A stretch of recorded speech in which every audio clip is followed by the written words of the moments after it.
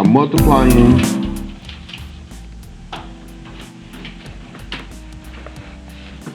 now. Let me know when y'all can't see now, because that was a long way from me.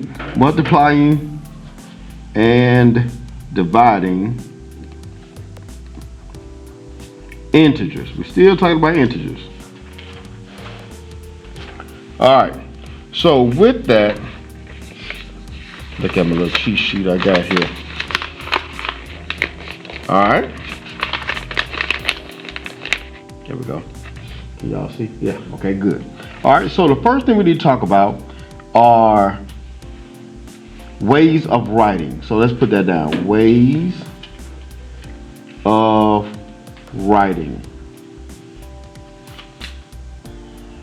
Alright, this first part is just us getting some information. Ways of writing.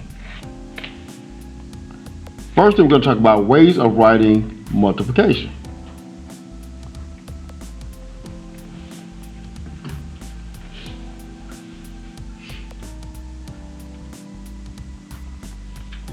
Alright, ION. When we don't say, we can say 5 multiplied in 3. But what's another way we say multiplication? 5 what? Times. There we go. 5 times 3. Alright. Times is a way that we say multiplication. Now, the way we write it, one way is with a parenthesis. Alright. Parenthesis is with a parenthesis. What I mean by that is, if I say 3 parenthesis 5, or 3 in parenthesis and a 5, or 3 parenthesis 5 parenthesis, that's a multiplication. All that is how much? 15. So we don't use X anymore, the little X symbol. We'll be using one way, we're using parentheses. Alright, so anytime you see parentheses, that's multiplication. Another way we write multiplication is with a dot. So if I said 3.5, that's still multiplication. You get 15. Alright. And the last way I'm going to show you to represent multiplication, or write multiplication, is when you have a number with a variable. Alright? And parentheses mean variable or variables. When you have a number with variable or a number with variables, that means multiplication. So what I mean by that is 2a. 2a means 2.a. Alright? That's number with variables. Or if I said negative 3 x, y, z, that means negative 3 times x times y times z. Anytime you got letters touch each other, that means multiply. Now you can use parentheses as well if you want to, but that means multiply. So anytime you see a number and a letter. So for instance,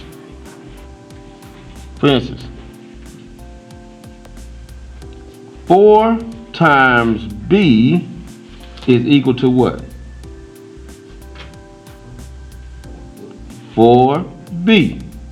Because times, when you have a number with the variable, when they side by side, that's times. So if I say 4 times b, that's 4b. Alright? Just remember, when you see it like this, numbers are in the front. The number's going to be in the front. Just know that. So if I said C times 10, what's the answer? 10 what? Yeah, side by side. 10C. Just remember, the number is always going to be in the front. Alright? Let's get it. Division. For division, we might say divide by. Divided by. 2 I's. Divided by. For division, we might say divided by.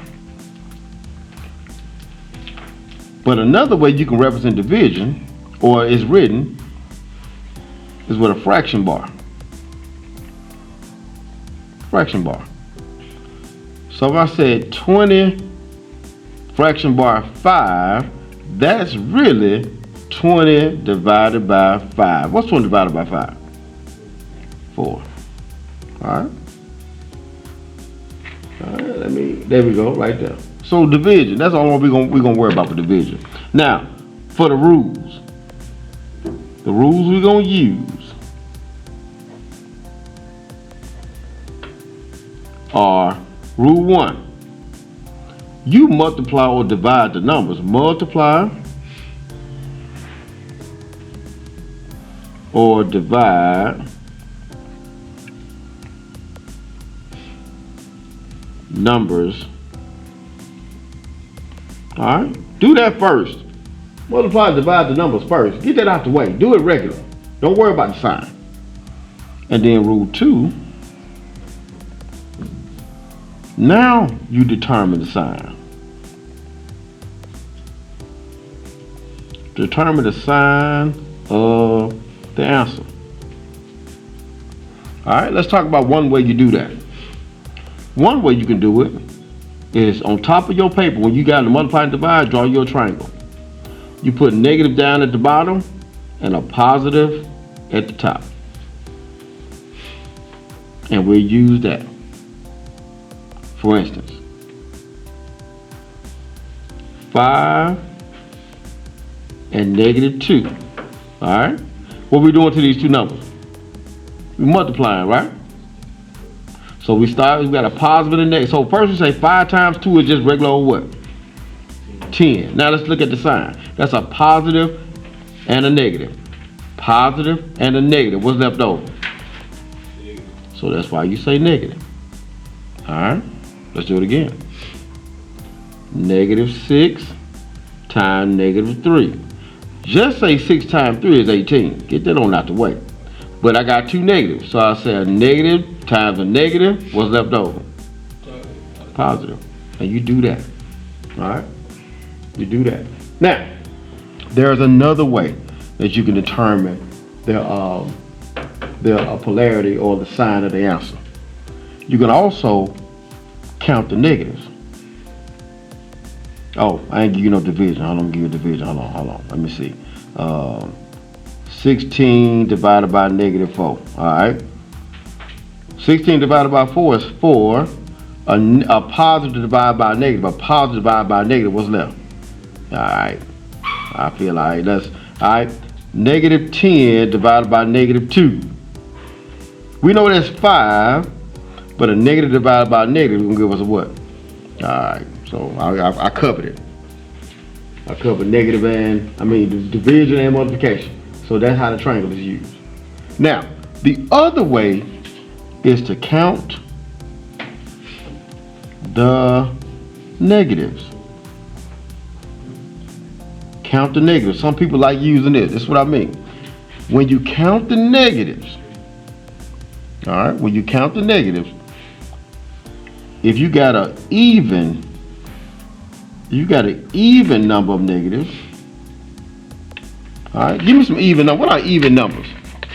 2. There you go. There you go. There you go. So if you count the negatives, you got 2 negatives or 4 negatives or 6, 8, 10 negatives, so on. If you count the negatives and it's an even number of negatives, then your answer is positive. You have a positive answer. You have an odd number of negatives. What are odd numbers of negatives? What are odd numbers of? 1, 3, 5, 7, 9, like that. If you count the negatives and you got an odd number, then your answer is going to be a negative one. Alright, SWER. Alright? And I missed the S. Don't you miss it on yours. ANSWR. Now, let's practice. For a problem such as, well, off the dome, negative 2 and 1. All right, negative 2 and 1. The rule says Go ahead and multiply. What's 2 times 1? 2. All right. Now, you can use this triangle, a negative times a positive. Look, negative times a positive is a what? Negative. All right. Or, how many negatives you got in this problem? How many negatives you have in this whole problem? 1 negative. That's an odd number, so you got a negative answer. You can do either one you want to. Let's do it again. All right. Negative 7 times negative 2. All right. Rule 1. Multiply or divide the numbers. What's 7 times 2? 14. 14. All right. So you go to your triangle. A negative times a negative equals what? A positive. Now this is not for addition or subtraction. It's going to mess you up. This is only for multiplication and divide. Or you can count the negatives. How many negative numbers in this problem? 2. That's an even number. So I have a what kind of answer? Positive answer. Let's do it again. It ain't hard now. Negative 6 times negative 2 times negative 1 times negative 1. All right, here we go. Don't worry about the negatives straight off. Just do the answer. What's 6 times 2? And what's 12 times 1? Still 12. What's 12 times 1? So we know the number going to be 12. We know that. But how many negatives you got? 4 negatives. Is that odd or even? Even. So your answer is going to stay what? Some people do this. I know 2 negatives going to cancel out. Cool. I know 2 negatives going to cancel out. So either way you do it, yes. Okay, let's do it again. If I said negative 2 times 1 times negative 3 times 1 times negative 1 times negative 1. All right, let's see what we got. Now, what's 2 times 3? And what's 6 times 1? It's still going to be 6, right? How many negatives we got? Is that an odd number or even number? So your answer is going to be positive. So you can count them, or you can just say negative times negative is positive. You can either way it go. This works. This works for when you can see a lot of negatives. This works when you got 1 or 2, in my opinion. All right. So what we're gonna do is for our practice. All right. I want you to complete the 16 problem you see here. The first 10 are multiplication, 17 through 26, and the rest of them are you'll complete using division. Make sure you include these practice problems in your classwork upload, and you just upload it right here in the makeup assignment. All right.